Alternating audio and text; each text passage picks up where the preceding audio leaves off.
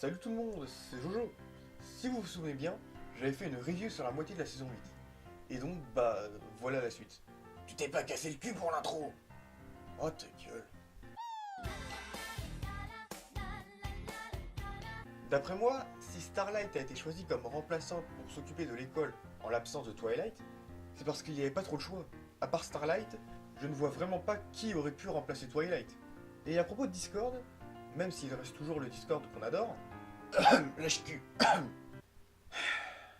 je disais donc, même s'il reste toujours le Discord qu'on adore, il se soucie que maintenant de l'école. C'est quand même à partir de cet épisode qu'il a vraiment fait quelque chose en rapport avec l'école. Non, parce que tout porte à croire qu'il s'en souciait bien avant. Bon, sinon, l'épisode ne m'a pas plus dérangé que ça. Starlight est toujours aussi cheaté, mais bon, ça me choque même plus. Non, sérieusement, il faut des explications pour ça, sans déconner. Ah oui, au fait, comment Twilight a su que c'est Discord qui les a envoyés vers une fausse mission d'amitié à la fin? Étonnamment, j'ai absolument rien à dire sur cet épisode, mais vraiment rien du tout. J'ai beau chercher, je ne vois pas. À part le fait que ce soit sympa de voir les différentes fêtes des différentes espèces. Cet épisode est juste normal, sans défaut, mais sans qualité non plus. Un peu comme toi, quoi. Si seulement tu pouvais disparaître, toi. Certains vont me dire que ce qui dérange Twilight, c'est que ce soit Flim et Flamme qui s'occupent de cette université de l'amitié. Mais non, ça se voit que ce qui dérange Twilight, c'est qu'elle n'a plus le monopole sur ce concept. Et ça se voit dès le début. Bon ok, je suis un peu mauvaise langue, c'est vrai. On va dire que c'est un peu des deux. Je vais pas m'attarder sur ce connard de chancelier Nexia et son dégoût des autres espèces, car comme on dit, faut toujours ignorer les cons. Même moi j'essaie de faire pareil de mon côté. Pourquoi je me sens visé tout d'un coup? Réfléchis bien, tu vas finir par comprendre. Enfin bref, sinon, il y a le passage où Twilight et Rarity se déguisent, et putain que c'est n'importe quoi.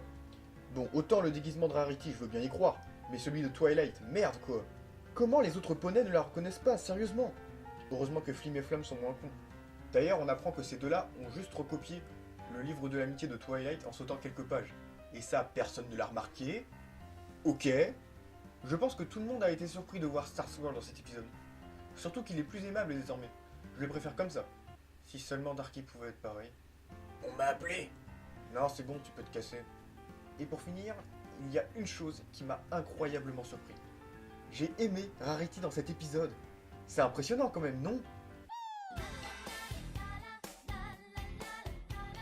Attendez, c'est que maintenant que Rarity et Rainbow Dash se rendent compte que leurs centres d'intérêt sont aussi différents? Sérieusement? Bon, dire à quelqu'un qu'il fait mal quelque chose, je peux comprendre que ce soit pas facile. Mais par contre, tomber en dépression parce qu'on n'arrive pas à faire quelque chose, j'y crois moyen. À part pour quelques exceptions bien sûr. Ouais bon ok, pour être plus précis, j'aurais dû dire quand tu penses bien faire quelque chose mais qu'on te dit le contraire. Évidemment la solution aurait été que Pinky s'améliore avec son instrument mais... Ouais moi non plus j'aurais pas supporté. Ce qui ne l'empêche pas de continuer à jouer à la fin de l'épisode. Cet épisode est plutôt bon mais rempli de petites conneries. Du coup voici un vrac. Attendez, Trixie chante? Elle chante pour la première fois? Mais c'est... Ah bah non, je m'en bats la croupe en fait. C'est moi ou ce passage n'a pas la moindre logique?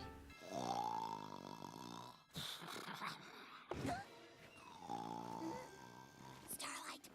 Starlight! I think there's a wild animal outside! Starlight!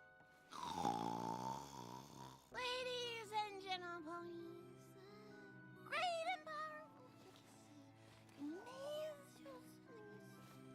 Entre Starlight qui ronfle comme un camion et Trixie qui parle dans son sommeil, elles sont pas prêtes pour dormir dans la même pièce encore une fois. Mais de là à créer des tensions, je savais même pas que c'était possible. Cet épisode, c'est de la pure jalousie venant de Rainbow Dash. Mais pas que. Car oui, elle veut empêcher Scootaloo de fréquenter les Watch Out. Dites-moi que j'ai réussi à le dire du premier coup, s'il vous plaît. Mais elle fait ça car elle veut la protéger. C'est vrai que vu ce qu'ils font, c'est la meilleure des choses à faire. Bon, je vais pas insister sur le fait que Scootaloo aurait pu s'apercevoir plus tôt qu'ils sont dangereux, car... Bah c'est une gamine, quoi. Bon, déjà, ils se sont rendus compte que maintenant que Rock Ouf n'arrivait même pas à s'intégrer à l'époque moderne. Sérieusement? Ensuite, le fameux sort pour transformer les gens en pierre, il n'est réalisable que grâce aux éléments d'harmonie, non? Or, ils ne les ont plus. Et pour finir, on va parler de la fin. Donc en gros, et pour bien simplifier, il raconte toutes les aventures qu'il a eues. Les aventures d'un soir? Car si c'est que ça, moi aussi je peux raconter des histoires. Tu me désespères. Pour en revenir sur la fin de l'épisode, déjà c'est con, et ensuite, il y aura bien un moment où il n'aura plus rien à raconter. Cet épisode était très intéressant, et m'a très surpris à la fin. Je pense que c'est le meilleur épisode de la saison. Voir les différents élèves affronter leur peur était très plaisant à regarder. Les voir évoluer tout au long de l'épisode comme ça, c'était trop cool. Mais par contre, je comprenais pas l'intérêt de faire doucement revenir Cozy Glow dans cet épisode. Ça m'intriguait, jusqu'au moment où je suis arrivé au dernier épisode de la saison 8. Mais on va y revenir. Plus j'avance dans les épisodes, et moins j'ai de trucs à reprocher, et même juste à dire. Même pour cet épisode, c'est correct. Bonne histoire, nouvel endroit, donc nouveau décor, et donc nouvelle espèce. Et même une bonne morale disant qu'une dispute ne doit pas détruire une amitié. Bon, c'est vrai que cette morale a l'air un peu évidente. Mais pourtant, nombreux sont ceux à faire tout le contraire. Ah oui, et la chanson est super cool. Première chose qui m'a traversé l'esprit, c'est les ailes de Spike. Car en y réfléchissant, il aurait très bien pu ne pas les avoir, que ça aurait été pareil pour lui. Ensuite, la manière dont Sludge a annoncé à Spike qu'il était son père, ça sonnait tellement faux. Surtout quand on apprend à la fin de l'épisode que c'est vraiment faux. La chanson est plutôt moyenne, et il y a une scène un peu trop explicite à mon goût.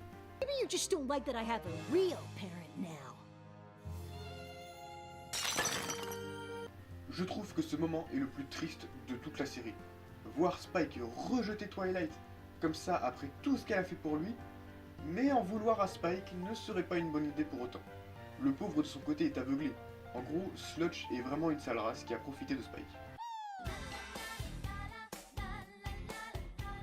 Bon déjà, Cozy Glow en méchante de fin de saison, ouais.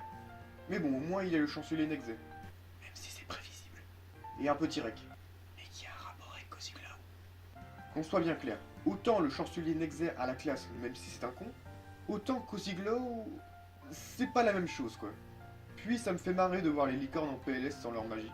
D'ailleurs en parlant de ça, on peut m'expliquer comment le chancelier arrive à emprisonner les élèves alors que sa magie est censée avoir disparu? Et je sais ce que vous allez me dire. Oui, mais plus tard on apprend qu'il reste de la magie dans son médaillon. Ce à quoi je réponds, c'est pas logique.